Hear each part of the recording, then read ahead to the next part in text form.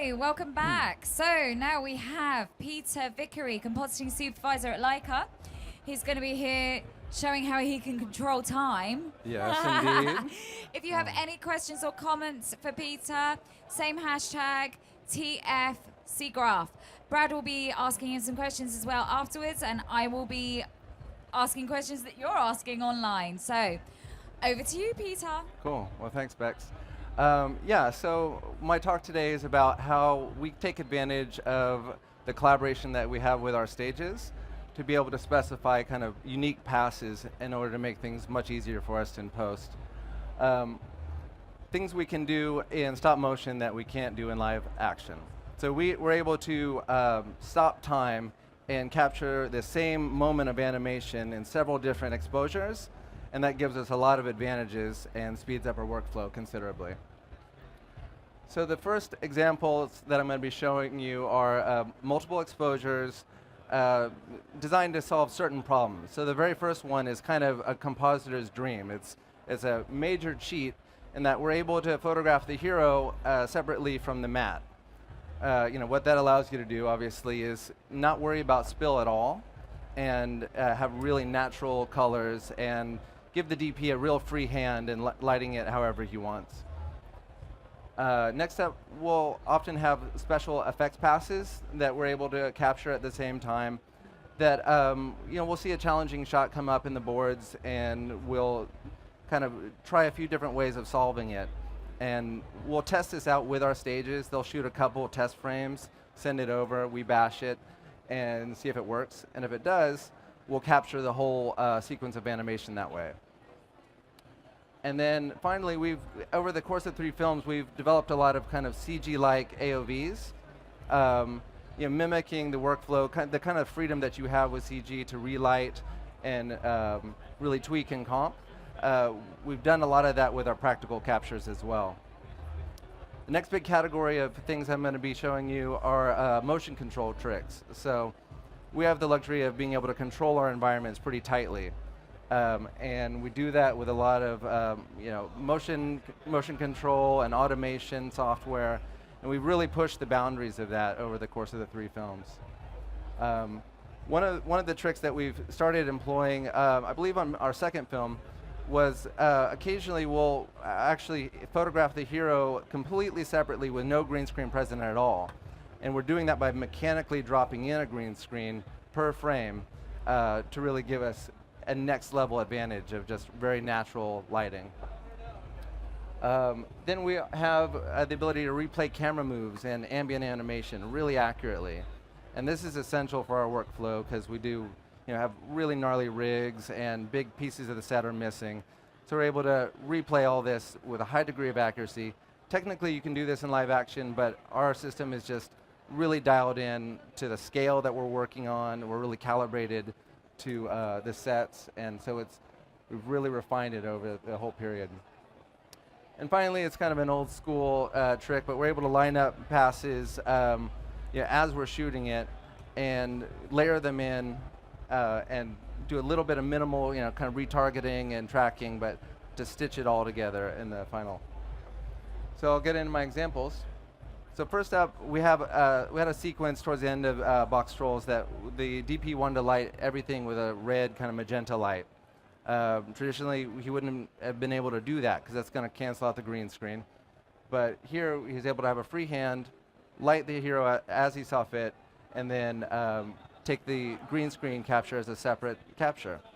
So for every frame of animation, an animator is moving it, they take the hero capture and then take the matte capture separately. So it does slow them down a little bit, but we've sold them on the idea that it produces a much nicer result in the end. And so here's a breakdown for that shot. The compositor on the shot was Ralph Brasida, and he did a really great job of revealing in a Houdini effects passes, Nuke effects passes, the set extensions all rendered in Katana, and Next up, we have an example of the effects pass. So here we had this thing that we saw on the boards where this truck is kind of in impending doom situations, creeping up on our characters. So we didn't know how much of it we're going to want to see in the final comp. So we're able to take that capture completely separately and then plus it in as the director, gives us notes and really dial it in and comp. You'll see later in the breakdown that there's actually a third capture for this, that we actually have a green screen capture as well. So here is the breakdown for that shot. And so we did this sequence with a lot of nuke particles. All the fog was generally out of a nuke particle system, and then we would augment as we needed with little hero moments and Houdini.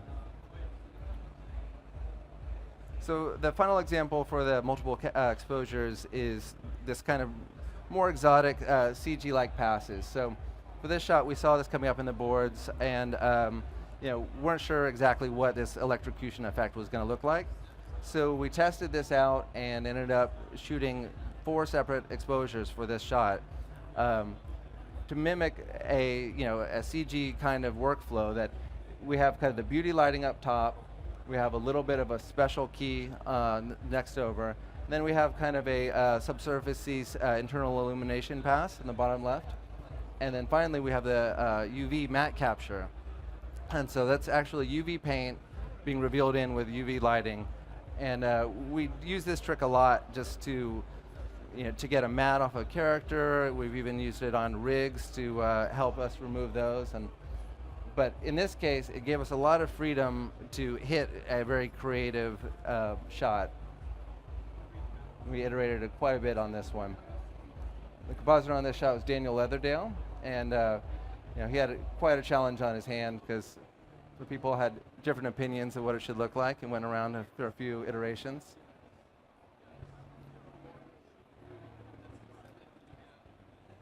But on this film, our CG characters really needed to stand up to the practicals side by side pretty faithfully. So the katana workflow was essential for dialing these guys in. We did turntable after turntable until finally the practical guys were happy with the result that we had. So you see those guys are CG on the left there. So here's that same shot again, and here's what I was alluding to previously, that we're actually mechanically dropping in that green screen per frame. So you'd think that you'd see it wiggling around a little bit or wobbling, because it is a mechanical operation that's happening over and over, but we've got it calibrated to such a high degree that it's, you wouldn't know that it wasn't there in the capture stage. So we had some initial failures when using this technique, that we would actually crash into the deck a few times, but once you have it dialed in, it works a treat. But occasionally, because of the scale of these sets, we're not able to mechanically place it in. So on this next shot, we knew we had to capture these guys in this real environment. It was a very reflective, multi-light source kind of environment. So we actually had the animator drop in a card per character, or per set of characters, and so we could then go back in and layer them together in deep. Again, the compositor on this one was Daniel Leatherdale as well, and he struggled a bit with the deep tool set. Wasn't quite ready when we were using it, and it's moving forward with every iteration, and we hope that we can continue to give feedback on where that's working, where it's not, but when it works, it's genius. So here's a breakdown for that shot. You'll see the characters just drop right into the environment perfectly. We zhuzhed them up a little bit with exposure, but otherwise you wouldn't know they weren't there.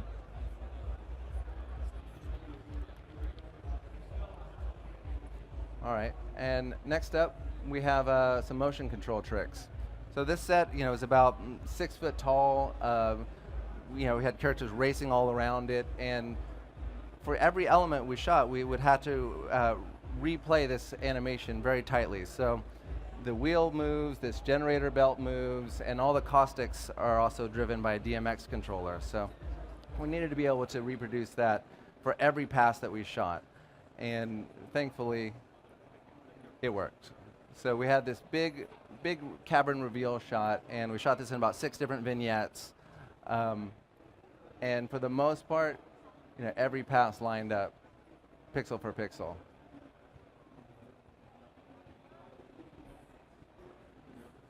But this was another big proof of concept that our CG box trolls could stand up next to the practicals.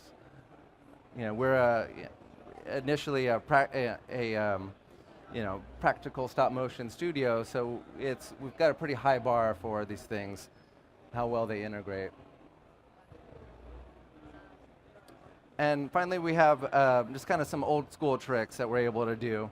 It's kind of fun that in this situation, the problem we're trying to solve is the puppet is actually a mechanical puppet, and it couldn't hit the mouth shapes for the line it was supposed to give. So we started doing this where we'll shoot the head on a stick, which is actually a separate type of material. It's replacement animation, rapid proto faces, and then marry them together in comp. But this really gives us flexibility to let the animator move on, do things separately on separate stages, and then really deliver value to the whole process. And so we had a practical character next to two CG characters and a CG set extension. Now that's it for my main examples. Here's our little sizzle reel. It shows you kind of a broader scope of some of the environments we had to reproduce. These cobblestones were a little tricky. Getting that right was no small task. Use that shot again. And throughout, we're trying to make each step in our process essential. We've got a small team. I've got about 11 compositors, and I think we've got about 16 rotopaint artists. So we need to make sure that each seat is really delivering a lot of value to the process. We have about 1,300 shots per movie, and about a year and a half to get through it. So it can be a trick.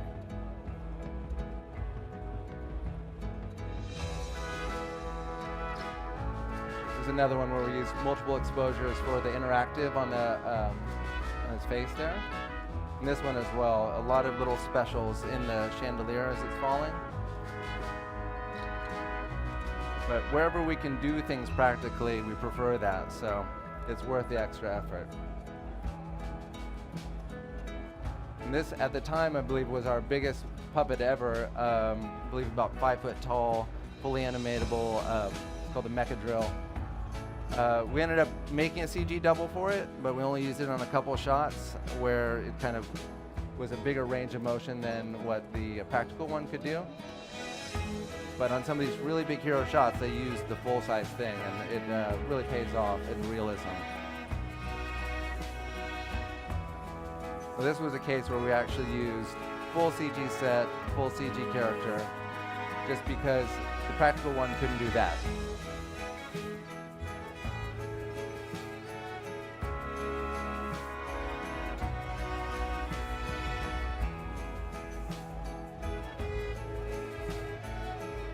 But throughout this process, it's really been collaborative that they've started trusting us, the stages, as they shoot it more and more.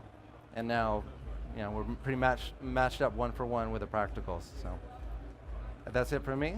You have questions? Thank you. I have questions. Oh, good. Can I ask questions? Please do. So it must be very cool to go into, obviously a lot of our clients, it's pure CG. It must be very cool to go into work and actually see these physical sets. Yeah. Of all the things you've seen and all the trickery, any particular physical hack that you saw that you're like, okay, that was super cool?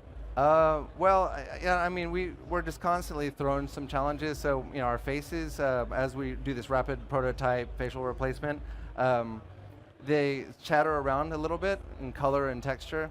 And so some of the hacks we've figured out to smooth that out, we call it de-chattering, but that's been pretty clever. There's all the practical things you wouldn't think about, set flex and set pops and everything. Solving those problems can be the stickiest kinds of things. So it's hard for me to keep my compositors away from the stages. Everyone wants to go and see and touch it because it's so cool. Right. Yeah, I had an opportunity to go up and visit some of the sets, and the one of the things I saw that I thought was so cool was they in one of the chambers where there was a lot of water, and they had to have the caustic reflection of the water, and to that big wheel of 2 different or maybe 3 different. Yeah, it's different marbled glass panes. Yeah, like shower sliding doors, in. Yeah. basically. Yeah. Yeah, so I mean that's our head of rigging, is Ollie Jones, and he's done some really crafty things in that realm. And a lot of And times when you say rigging, you mean physical rigging. yeah. And so we have, that's the funny thing about our world is we have the practical rigging and the CG as well, and they're also often working in tandem. And sometimes it's very non-intuitive that things start out in the computer, go to practical, and then come back to the computer. So interesting workflows all around. So when things get animated in the computer, are there particular workflows or tricks that are applied to make sure that there's that kind of steppiness of stop motion? Well, we avoid that. There was and early on we said, should it have that stop mo feel? And our head of our company is such a top flight stop motion animator that he sees that maybe as a slight insult. He's like, what do you mean? It can be as smooth as the skill of the animators. So yeah, we just go on weight and performance and everything. It's the high watermark. And so, do you ever, inside of Nuke, do you ever use the motion vector calculations to add some motion blur and things to smooth that even further? Yeah, we do quite a bit. And initially on our first film, actually, it was a big no-no, and because we had more of a purist director for that one. But ever since, we have added a lot of motion blur, and we're really appreciating the Oculus tool set for that. That we're getting a lot better results since we are in stereo. But it seems to give us a much better result for motion blur for whatever reason. So one thing that I would imagine is a challenge is that on screen these things, they look large, but I've seen them and they're small. Yeah. And when you shoot things with a physical camera that are small, what kind of tricks do you have to do to make sure that it translates into looking larger than it actually is? Yeah, well, we have that. That's a little bit out of ours. Part of the pipeline because on the camera and capture side. But we have the same thing with effects, that we're constantly adding things in that have to feel in the right scale, and so we look at that pretty critically, So I have 1,001 questions, but do you want to have? You've got a comment. Yeah. Well, give us the comment. Oh, yeah. The comments was. Well, there's been lots of people earlier on that were really looking forward to seeing this presentation. But the comment was, wow, all that detail and averaging about 4 shots a day. Excellent. So bravo to you guys. All right, now cool. back to your questions. Okay, great. Good. You satisfy all my curiosities. Well, I had a question about, I was going to ask you if you guys use the traditional kind of relighting tricks that we would use in CG, but then you had a great slide of doing that. You mentioned that it does add some time, obviously, because you have to shoot it, change the lighting, shoot it again. Is that extra burden? I mean, how many different passes do you do typically on a shot? Well, that's where being really closely knitted into the process is essential because we can't do it for every shot. So we'll specify it, we'll ask for it. If we can prove why we need it, we'll get it. But yeah, it's not popular. It slows down animation for sure. But if we can show them why it's going to get a much better result, then they'll go for it. So from a personality perspective, I have to imagine stop motion animators must be a special kind of person. Yes, they are. What kind of person can actually have the patience to do this? What are they like? I don't know, just sweet people that are happy to be kind of alone and focused on their craft. They really get set up by a lighter cameraman. Everything. The camera's all automated ahead of time, and then they're just set loose to animate. And yeah, it's a really interesting breed. Do they have common backgrounds? I mean, if someone's out there thinking, I would love to work at LAIKA doing stop motion, what's your career trajectory to get you to that place? No, it is all over the map. I mean, it's a lot like visual effects in that there's kind of the art track and the engineering track that people land there from different backgrounds. We do have a lot of crossover with like Aardman. We get people that hone their craft between our two companies. So it's interesting, but there's not a lot of opportunity for them to get on the job training. So being the nuke operator, the compositor there, you're sort of in between the practical world and the CG world. What kind of challenges are there in terms of the materials you get from the practical versus the CG and pulling that all together? Well, I mean, personally, I'm kind of a fanboy for all the practical stuff. So I've got the challenge is not being too critical on the CG and just waiting through iterations. But it's just gotten so impressive recently that we get our assets dialed in way ahead of time, and so once they're thrown into a shot, it's pretty easy to integrate them. But yeah, I mean the challenge is just not making sure that you're not getting too obsessed. We can't work on these things forever, so we have a typical comp shot in our world is about 2 or 3 days. And so we don't have the huge amounts of time to really dial something in over and over. So I know you mentioned Katana a couple of times. Yeah. I don't know if you mentioned which renderer you were using. Is it PR-Man or is it Arnold? What do you? I believe they use PR-Man still. PR-Man. Yeah. And do you know why specifically they chose Katana for that project? Are they using it for the overrides and the variations? It's a little bit out of my expertise, but yeah. Well, I'll just guess. Okay, all right. Yeah. Because it's awesome. That's Yeah, why I yeah. chose Katana. So the dance scene that you showed there with the different green screen cards Yeah. and whatnot. Okay. The blend was beautiful. I mean, the combination of the CG and the stop motion. It's hard for me to choose. They both looked amazing. They both Yeah. married so well. How, as a facility, do you decide?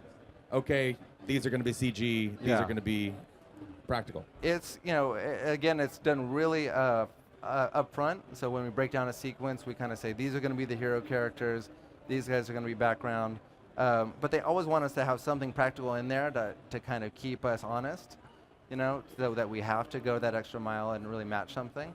But yeah, I mean, it's specified pretty early on, and they just kind of, in that particular sequence, we had a lot of kind of, syncopated motion, and so those were kind of easy to spot. Like, okay, these guys are all going to be moving in the same way. They'll all be CG. Yeah. Thank you very much. Yeah, Fantastic presentation cool, and a thank beautiful you. movie.